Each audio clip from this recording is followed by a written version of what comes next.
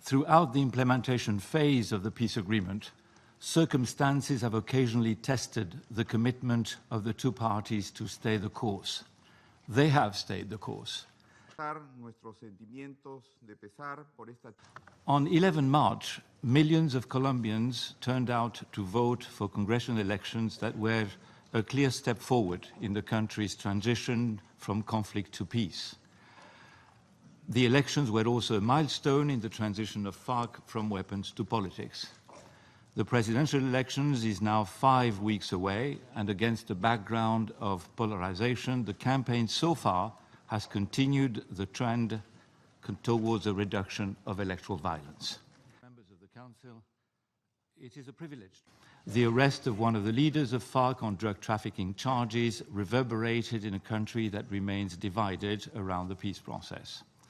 From the FARC leadership, and in particular from the party's president, Timur Jiménez, calls for calm and statements of resolve to continue to pursue the path of the peace agreement have been very important in addressing misgivings and mistrust among former combatants in the reintegration areas. In addition, the government has stated its commitment to accelerate the implementation of the peace agreement, particularly with regard to reintegration.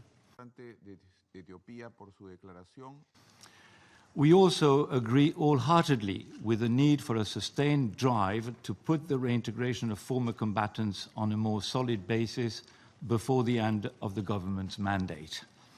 Weakness in this effort can only increase the risk of the drift of some ex-combatants to criminal groups, such as those responsible for the tragic killings and kidnappings of Ecuadorian nationals operating in the border area with Ecuador.